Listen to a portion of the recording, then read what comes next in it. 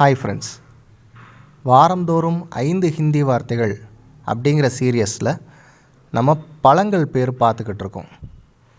தோராயமாக ஒரு 15 பழங்கள் நம்ம பார்ப்போம். ஸ்போக்கனுக்கு அதுவே போதுமானது. ஓகேங்களா? இன்றைக்கான பாடம் முதல் வார்த்தை தர்பூஜ், தர்பூசணி. ஓகேங்களா? தர்பூஜ். நீம்பு, எலுமிச்சை, நீம்பு. அனார், மாதுளை, அனார். நாரியல், தேங்காய், நாரியல். ரீகுரில். கர்பூஜா, முலாம்பழம், கர்பூஜா. ஓகே, இப்போ ப்ரீவியஸ் லெசன்ஸை ஒரு ரீகால் பார்ப்போம். Shape, apple, shape.